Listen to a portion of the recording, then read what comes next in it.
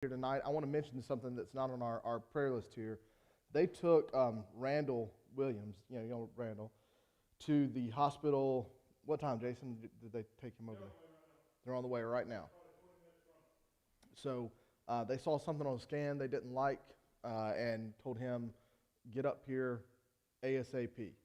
So he is going up to the hospital right now with Brooke. Their kiddos are here, and they're filling in teaching her class and all. So I'd like, if we can, to have prayer for him before we get into doing anything else. So that's Randall. That's Brooke's husband over here. So, Mr. Don, would you pray for Brooke and Randall? But for Randall, for whatever's going on that they saw on a chest X-ray on him, they did not like, and they told him, you need to get up here now. So for Jeff and all those that are going to be looking at it, if you wouldn't mind. Father, we thank you for an opportunity we can pray, that we can intercede on behalf of our church family, our brothers and sisters in Christ. This time we lift up Randall to you, those that his family, that you would touch him in a very special way, only as you can. We thank you for the people that you put in place to help us in the time of need, especially when we have serious physical problems. Thank you for our church family, that we can pray for one another, and you teach us to do that, because we are family, family loves one another. Surely, church family loves one another, so we thank you. Thank you for the doctors and the nurses that are working to help him to overcome his problem. I pray that your will be done in his life. Give strength to him, give strength to his family members as they wait during this time of sickness, this time of that. And that happens in our lives. We already touched tonight. So we thank you for all those that help us pray for us, that help us in any way. So again, we just lift them up to you. I pray that your will be done in their lives, and you act according to your grace and mercy. In Jesus' name I pray. Amen. Amen. Thank you, Don. I appreciate that. If you have your prayer guide, go ahead and pull that up. We'll go through this here relatively quickly, as I don't know that much has changed. A couple things we'll just go through kind of top to bottom here. Continue praying for baby Molly as she puts on weight so that she can have her surgery. Vicky and Levon. Vicky's doing well. Still not 100% back to where she was, but they're trying to make some determinations about what she can and cannot do going forward. Ty Fondren is still marching this path down what is a terminal diagnosis for him, so be praying for that family. That's Archie and Sue's nephew. Logan and Casey Sorrells, that's Terry Sorrell's grandson, and MD Anderson have some cancer treatment, stem cell transplant in the future. Randall, we just prayed for. Larry Williams, that's Miss Carrie's dad that needs a kidney transplant. They're waiting for a kidney for him. Ray Hendricks, that's Stephanie's brother-in-law, just finished his last radiation treatment, so he's going into recovery there. Miss Jeanette, obviously still praying for her. No new updates that I know of with her. Rick and Brenda Miller. Rick had a first chemo treatment today. Obviously still want to be praying for those kidnapped missionaries there in Haiti. Chase Child has his pins come out on Friday, and then he's going to have 2 more weeks on crutches after his boating accident that he was in where he broke his foot. I'm skipping 13. I'll come back. Kathy Odom, that's Reggie's sister, diverticulitis. Miss Deborah, healing from a broken foot. Family of Jason Shepard, as they lost Jason. And then Miss Valera, I'll come back to as well. So Walt and Joanne is the first one I wanted to address. Mr. Walt, finally got to see him yesterday, and he's not in a good way. So that dementia has really kind of started to take hold a bit. And physically, he's just declined so much that he can't get up and walk, getting from place. They're not there with him. He'll try to get up, and he'll just crawl from room to room, trying to do what he wants to do. So, and just some confusion that had resulted in a distressing day for him yesterday. Um, so just prayers for Mr. Walt as he, begins this transition with end of life care with hospice, and that you give the doctors and nurses wisdom on how to ease him into the gates of glory, and that he gets a quality of life that we would hope to have here towards the end. And that Miss Valera is losing a lot of weight and having some pain issues, and they don't know why. They're doing some tests, but when those things tend to happen, usually you don't get answers that are favorable.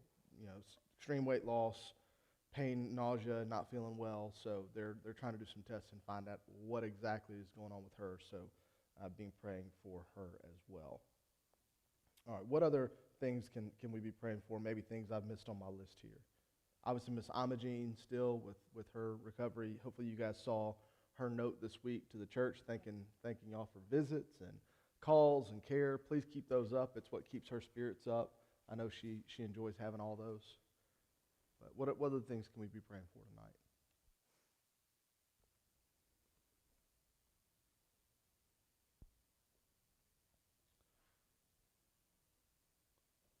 We pretty well mentioned everything? All right. Mr. Harrell, would you lead us in prayer over these needs and concerns tonight as we get started, please, sir? Thank you.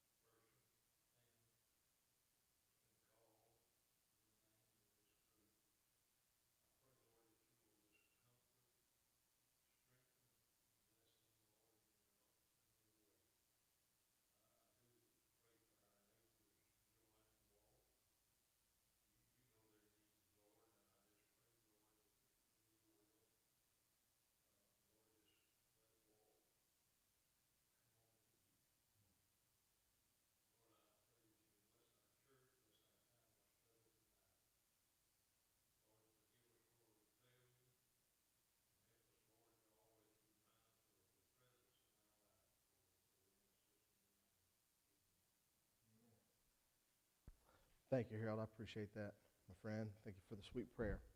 All right. So, every once in a while, I'll give you guys an option, on what we want to do. I've kind of been working on a couple of different things. I told you we were going to go through Psalm 50 through 53 because that's a grouping. So I have that psalm ready. I've been working on Psalm 51 today, and it's ready to go. But I've also been working on a good bit of some work on Mark 1, 40 through 45, which is the passage that I'm doing my doctoral work on, and have just really had a good week last week getting to spend some time doing that on our vacation week, because I'm a nerd like that. I do doctoral dissertation work on a vacation. Doesn't that sound like fun, Mr. Don? Lots of it. So I had some interesting stuff that had come up on that passage, and if you guys want to get into that, I love talking about it. I think it's a lot of fun, and I think there's some interesting things there. And I mention it because it's an issue that deals with cleanliness. And in the passage in Mark 1:40, there's a leprous man that approaches Jesus and asks Jesus to make him clean. And what David calls for in Psalm 51 is he asks for God to make a clean heart in him. Much of the same request that's been made in both passages. So if you guys want to delve a little bit into both, we can. If you want to just do the Psalm 51, we can do that. Whatever you want to do, I'm okay with either one. If anybody wants to give feedback, I'm welcome to take it, and we'll do whichever. Not everybody. Sir? Me make the choice. I love it all. I can't pick just one. That's why I said I give you guys the choice if you want it. Psalm 51 and Mark. Okay, let's do this. We'll talk about Mark. What's that? It's a tie. Andy, you break the tie? Tie. What's that? combine them. I don't think I can combine them. It's a two-part series? Okay. What if we do the Mark this week? Because we got a few folks that are out anyway with Randall being out and whatnot. So, all for Mark? He's got two hands, Mark. Okay, and then we'll do Psalm 51 next week. Does that work? Okay, all right. So go to Mark 1, verse 40. Mark 1, verse 40. You got two hands. I appreciate that. Hey, there you go. That's your namesake. Yeah, we're going to be back here next week. We're not missing it anytime soon. We'll always go back. And we're kind of in a series, and with Randall going to the hospital, we got folks shifting around tonight, and I hate to move on without folks, so I get it. All right, so here's what we'll do. We'll do this Mark passage because I think it's fun, all right? And I'll read it, and I'll tell you what's hard about it, what doesn't quite make sense, and then we'll go from there, okay? So here it is. This is very early on in Jesus' ministry. He's walking with his disciples headed towards a town. We don't know what town it is. It says this, and a leper came to him, imploring him, and kneeling said to him, if you will, or if you desire, you can make me clean. Moved with pity, maybe it says compassion, he stretched out his hand and touched him and said to him, I will be clean. And immediately the leprosy left him and he was made clean. And Jesus sternly charged him and sent him away at once and said to him, see that you say nothing to anyone, but go, show yourself to the priests and offer for cleansing what Moses commanded you for a proof to them. But he went out and began to talk freely about it and to spread the news so that Jesus could no longer openly enter a town and was out to in desolate places, and people were coming to him from every quarter. All right, so we're going to break this down, all right? So this man has leprosy. In Leviticus 13 and 14, the Old Testament lays out for God's people what happens when you have leprosy. Essentially, you are cast out of the city because leprosy was only to have struck someone if they did something truly heinous and awful, all right?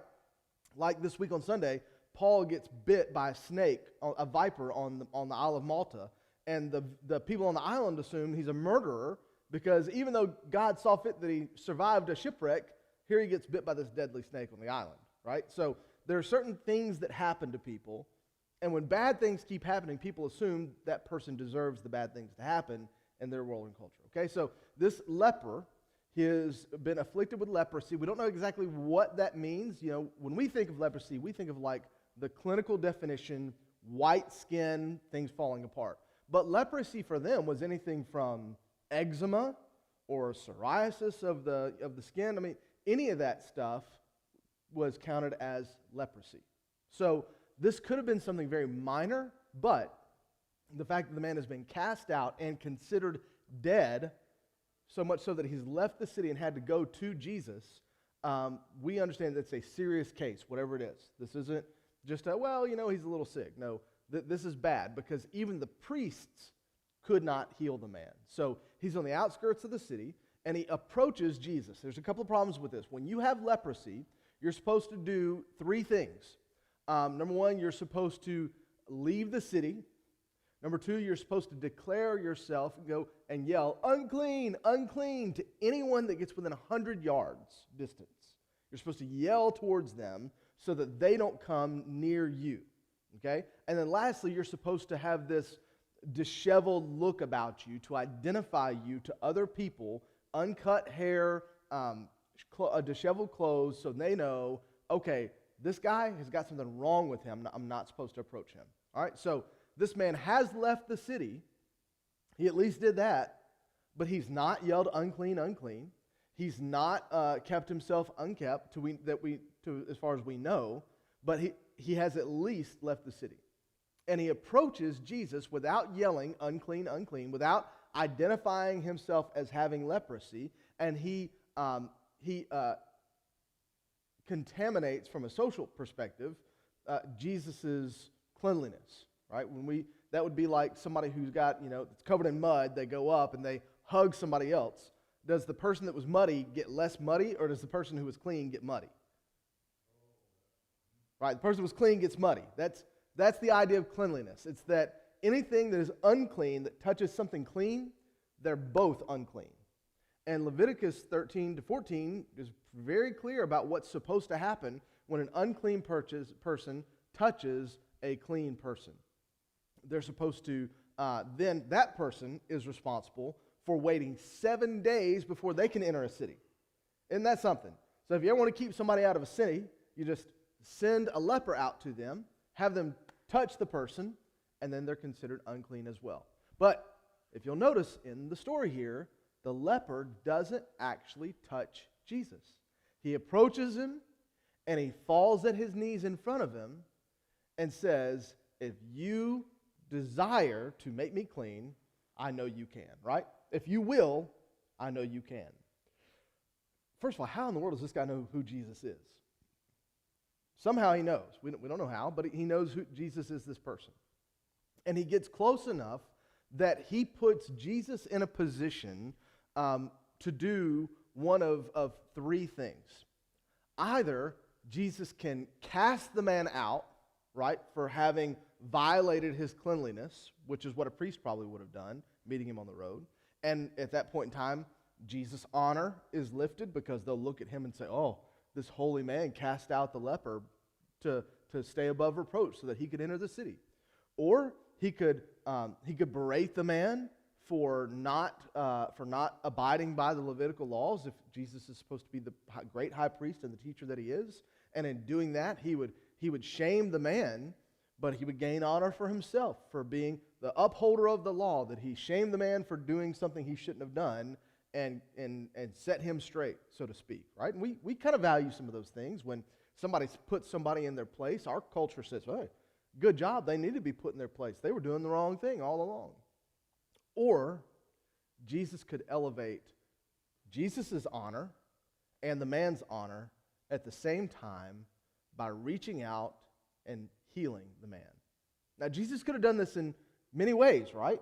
Jesus could have spoken and the man would have been healed. That happens when the centurion approaches Jesus and says, I need you to heal my servant. You don't even have to come to my house. And Jesus says, your faith has made him well, right? Jesus doesn't have to be there in person to heal somebody. He doesn't have to reach out and to touch somebody or to lay hands on them. It's just by thought, Jesus could heal someone.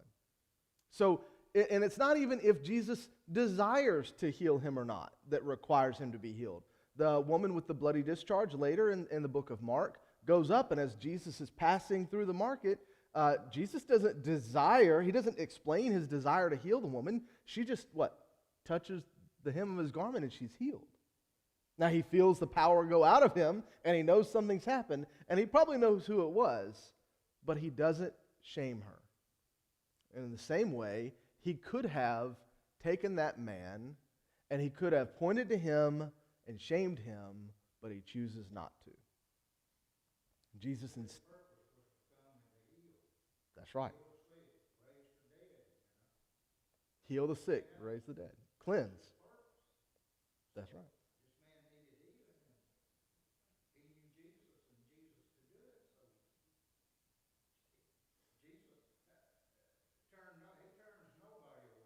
That's right. There's nobody that approaches Jesus that Jesus turns away. The only person who ever turns away sad is the rich young ruler, and it's not because Jesus turns him away, but he turns himself away. It's not Jesus' desire to do that. It's the individual that's dealing with Jesus. That's right. So there's some question about what the guy asks Jesus, though. So look at what he says to him. He says, if you will, you can make me clean. There's a little bit of a challenge in that statement, possibly, because the man is questioning what Jesus wants to do. Now, we would say that hindsight being 20/20, we know Jesus' purpose was to come and seek and save the lost, and he desired to heal people. But at this time, there's not a gospel account of Jesus' life. And this man is either doing one of two things. Either he's coming to Jesus and he's falling on his face and begging and pleading with him, or he is being sent potentially by someone else to prevent Jesus from entering the city. That's a very strong line of reasoning that goes with this. So let's shift our brains, okay, and restart the story. Some person who has left the Pharisees and the priests, who has been discharged from them because he is unclean, seeks out and finds Jesus and approaches him, violating his cleanliness, so that Jesus can't enter the city. And then, when he falls before him, he challenges him to say, "Do you dare make me clean? If you will, I know you can, but would you dare?" That's a very popular line of thinking with commentators that talk about this text, because if you look at your Bible, in verse 41, maybe what yours has there is where it says, moved with pity. Does anybody else's have like a little number or an alternate reading of that word? Compassion is one. Does anybody have an NIV? I know the NIV's got this in it, and it's one version of NIV. So some of these, what does yours say?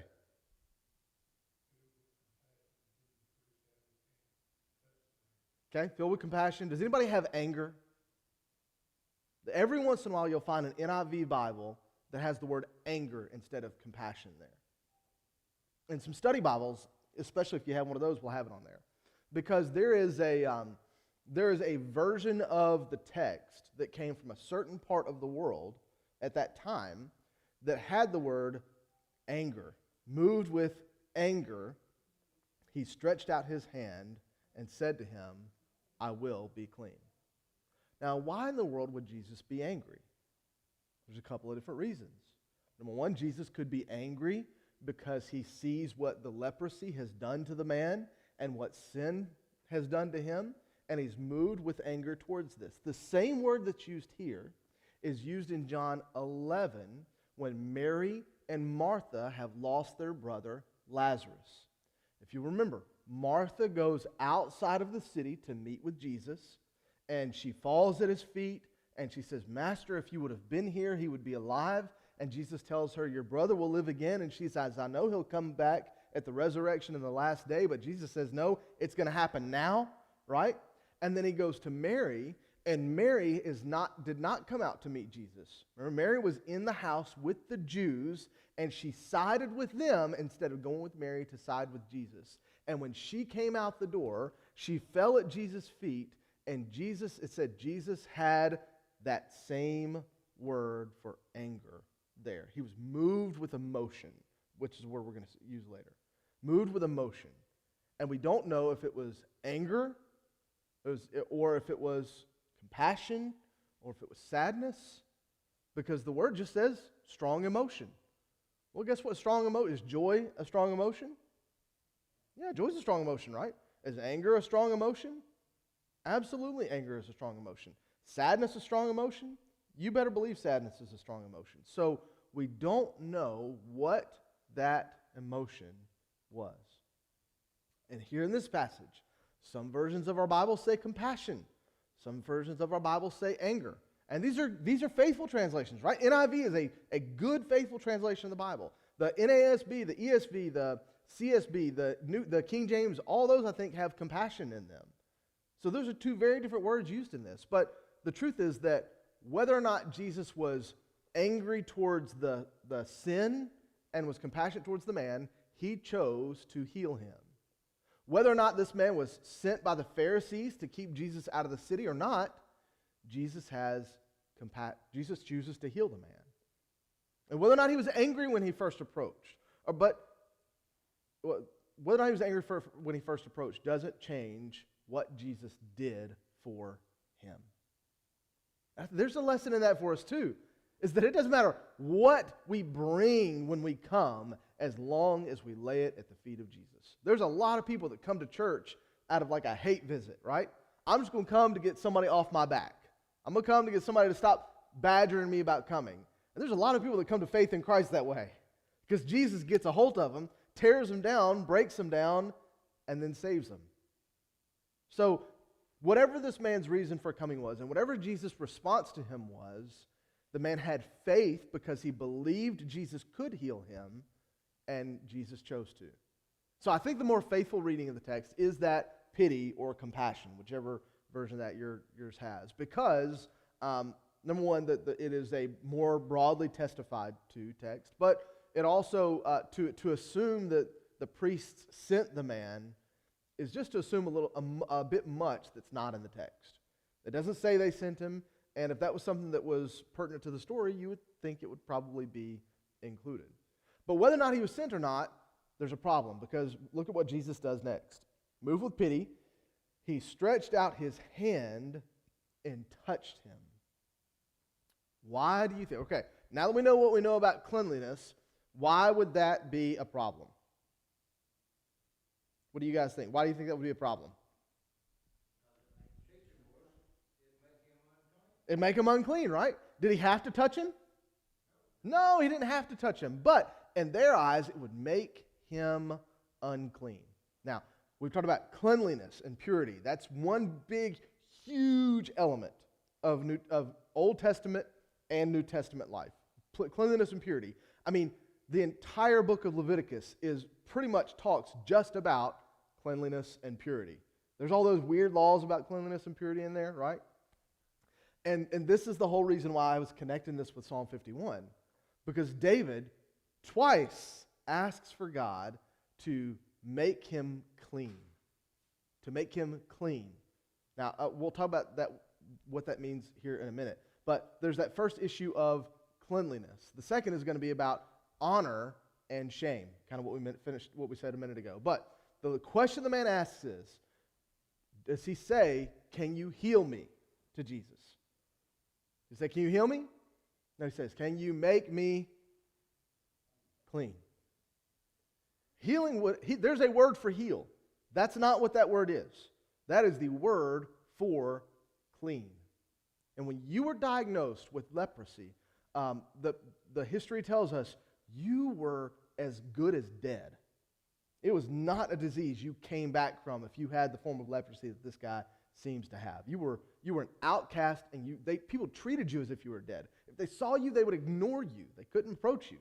So this guy he's asking not just for Jesus to heal him so he could live out his days. He wants Jesus to restore him to who he was before, to make him clean. It's a big ask.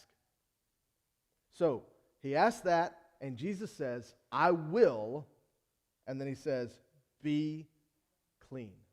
Not be healed. There's times when Jesus says, be healed, right? This ain't it. He says, be clean.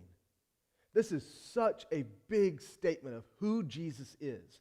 It is a big deal for someone to say, not just you are clean, to declare that they are clean. That's one thing. That's the priest's job. The priest's job is to look and say, there is no more leprosy, therefore you are clean. Now you go make your sacrifice like Moses told you to with these two turtle doves, and then you're considered clean. You can come back into the village. That's not what Jesus does. Jesus says, I will, which is very similar to the I am statement of God, and then he says, be clean. Hello, that's major. That is a statement about his godhood. He is declaring something that was unclean, clean. And there's no reason it should have worked that way, right? Everything about their culture, everything about the world in which they live should have told him, this guy is unhealable. Now, even if you fix him, he's not clean. And really, there's a little bit of gumption in Jesus to look at him and say, not just I healed you, but you are clean. Look what he tells him to do after that. He says, I will be clean. And immediately the leprosy left him, and he was made clean. Not declared clean, right? Not shown to be clean. He was made clean. And Jesus sternly charged him and sent him away at once and said to him, see that you say nothing to anyone, but go, show yourself to the priest, and offer for your cleansing what Moses commanded for a proof to them. So what's Jesus telling him to do? He sternly charges him. The word that's used there is the word, it's like a snort. It is an angry charge. It's like when you get stern with your kids, they say, now listen, go do this. What I'm telling you to do, go do it. And the question is, does the man do that or not? If we read it real quickly, it kind of sounds like he doesn't. Verse 45, but he went out and began to talk freely about it and to spread the news, so that Jesus could no longer openly enter a town, but was out in the desolate place, and people were coming to him from every quarter. So my question is, did the guy go back to the priest or not? It doesn't say that he didn't go to the priest. It just tells us what he eventually does. It doesn't say that he never made sacrifice. It says that he went and he shared with people. We don't know what order he did things in. The only other time in the entire book of Mark where Jesus tells someone not to do something that is not demon-possessed is when he tells the parents of the little girl that dies not to tell everybody what he did. And what do? They end up telling everybody, right? But what is this? Certainly the way that a lot of translators translate this, it's kind of meant to look like the guy's disobedient. But can I tell you what's crazy? Here's what's crazy. When you read, especially verse 45, you see where it says, so that Jesus could no longer enter a town, right? See that word there? Does everybody say Jesus, or does it say he? Some of you may say he. You know why? Because the word is he. The name Jesus is not reiterated again there. That's the translators trying to help us understand. But listen how confusing this sounds. But he went out and began to talk freely about it and to spread the news, so that he could no longer openly enter a town, and was out in desolate places. And people were coming to him from every quarter. Now, if you read it that way, who does it sound like did all those things? Sounds like the leper does, right? Because who's the last person mentioned? It says, just Jesus talking to him. Jesus says, see that you say nothing to anyone, but go show yourself to the priests and offer you for cleansing what Moses commanded you for a proof to them. But he went out and began to talk freely about it and to spread the news, so that he could no longer enter a town, but was out in desolate places, and people were coming to him from every quarter. Who's the he? It certainly sounds like it could be the leper, doesn't it? But it's really hard to tell. And this is just a good example of why it is so important that we don't just gloss over things sometimes, but that we sit down and sit on a text like this and really try to understand exactly what happened. But here's the point. The point is that there's some things in the Bible we're just not going to get on this side of heaven. We don't know, for example, what happened to Paul in the last days of his life. We're going to finish the book of Acts this week, and guess what happens at the end of Acts? Paul doesn't die. We're not told how he died. We know that church history tells us he dies at the hands of Nero at some point in time, but we don't know. The Bible doesn't tell us how it happened. We just have to rely on history. Here in this instance, did Jesus have compassion or did he have anger towards the man? We don't know, but the main point of the passage is not who went somewhere and how they did it or what their reasons for was. The main point of this passage is Jesus has authority to declare what was unclean, clean. He is higher than the priests who could not do this. And I told you we were going to talk about honor, shame in a minute. Here's the thing that's crazy. So you have, in this culture, they have an honor-shame system. I think I've mentioned this before. My sister who lives in the Middle East is a missionary there. They still work off the honor-shame culture. And they do this in most countries that are not primary first world countries. So you're thinking like Germany, Britain, or England, France, Italy, Spain. Those countries generally work based off of an individualistic system. You work hard, you live right, and you get to prosper. But in countries like Mexico, which is very close to us, it is about the collective. It's about family. Family's most important. And one person may live with their whole family because you take care of your family. This was that same kind of culture. The family is more important than anything. And to bring honor to your family is more important than anything. And there were characters in that society who could not offer material things, wealth or finances, but they could be heralds, not that herald, they could be heralds of people's honor. So their job would be, someone did a good turn for me, and so I'm going to tell everyone what they did for me so that their honor and the name of their family is elevated. And that's the way the payment worked. You had what's called a patron-client relationship. We know these, you guys know the movie The Godfather, right? You at least know how that system works. There is a godfather that does a favor, and because he does a favor, that person is then indebted to them, right? You guys are familiar with this system? Okay, that is a patron-client system. The patron does something, the client has no way of paying him back, and so the patron, instead of taking financial payment back from him, asks him to be his friend. He says, "Are you not friends with me?" Right? That's what this says in the movie. So it is a relationship that is formed because one person can do something for another. And the only way to make that relationship right is that the person who did not have anything, that now has been elevated to a place of honor because they've been given what they needed, they then give the honor back to the patron, the person that gave it, in this case Jesus, by going around and telling people what they've seen and heard. And so this man does exactly what he's supposed to do, right? His job, Jesus becomes his patron by healing him. And so his job then is to go and make that patron look as good as he possibly can, because Jesus is a kid from Nazareth who is looked on and spit down upon, right, for who he is, this Nazarene. And so he is trying to elevate his honor. But Jesus doesn't want that. Jesus says to him emphatically, say nothing to no one. It's two negatives. We don't say that in English. That's why it says don't say anything to anyone, or say nothing to anyone, or however your Bible translates that. It's a double negative. It's meant to stick out. It's emphatic. Don't say anything to anyone, because Jesus doesn't want the honor yet.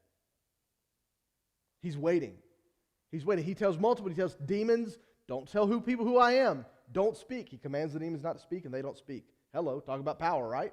And so he's clearly protecting some kind of a element of his life that he doesn't want other people to see. And the man comes, and instead of doing exactly what Jesus told him to do, maybe he goes and tells the priest first, maybe he doesn't, but he does go and talk freely about it. The word that's used there, it says began to talk freely about it. The word that's in there in the text is not the word that we might use for talk. You know, a lot of times there's a word for that. They actually use the word to proclaim. It's the same word for preach. It says, and the word for it is the same word as word, right? In the beginning was the Word was with God, the Word was God. It's this word called logos. It's the word for word. And so really, but he went out and began to preach freely about the word, or the thing that happened. Now, let's use it in context the right way.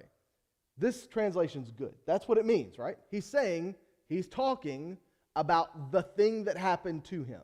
That's the heart of the text. The heart of the text is just saying, the guy's going around and telling people, this is the thing that happened to me, because that word logos, that word can also be the word for thing. So he says, this is the thing that happened.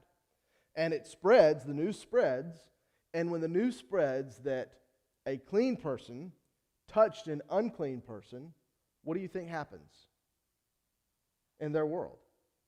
Well, both of them are unclean, right? Even though they could clearly see the man was healed, they both would be unclean, or at least Jesus would be. Because who is Jesus to declare this man clean? So, the patron tells the client, you don't do what you would normally do. I would rather you do something else instead. And the man chooses not to. And the real question is, who is the person who has to go out to the desolate place? And why were people coming to him from every quarter?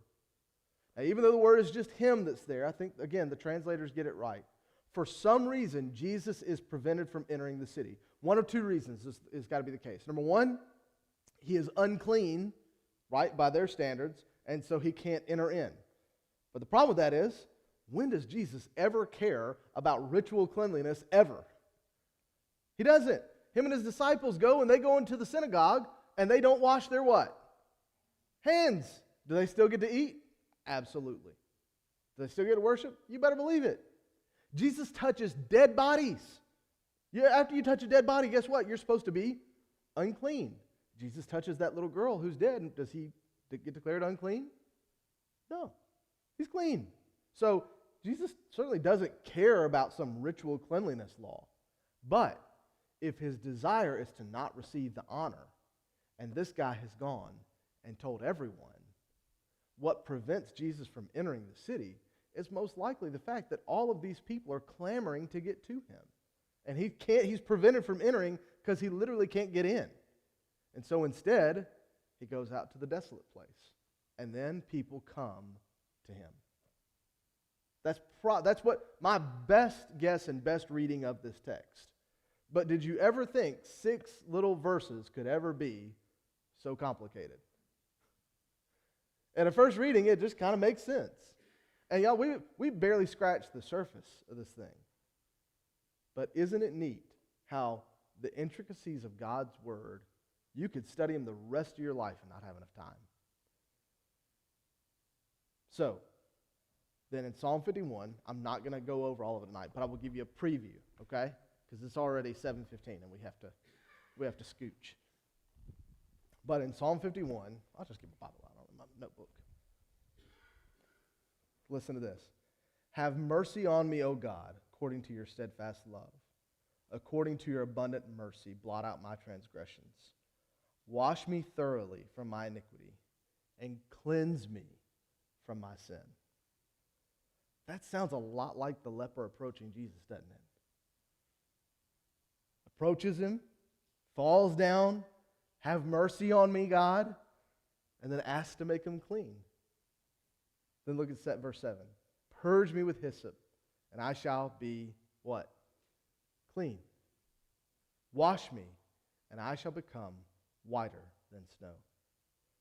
And then verse 12. Restore me to the joy of your salvation, and uphold me with a willing spirit. What did he ask Jesus? If you will, if you desire, you can make me clean. And Jesus says, I will be clean. Isn't the Bible neat? I've been working on that passage in Mark for months, really years. I've been working on that passage. And just so happens that like the week that I've probably done the most work on it happens to be the week I'm supposed to do Psalm 51. I love that. I love when God does those little things. So next week, we'll do Psalm 51. Does that sound like fun? Yeah? All right, it gives you guys a week to read it. I want to make sure I don't have an update about Randall in here before we go, because it's very possible I do. I saw the message a minute ago. No, I do have a note from Carrie Hatcher. She said, prayers for me. I had a reaction to some gas at the dentist today, shortness of breath, tight in the chest that won't let up. Her heart rate's high and oxygen's low. She went to the clinic in Hartford, but they didn't have anything they could give her except for some Benadryl. They're going to take her to, she's in the Flowers ER right now. They gave her steroids and fluids, and they're running some tests and waiting on some results for her. So, Gary, would you lift up a prayer for Carrie Hatcher, and then this will be our dismissal prayer as well.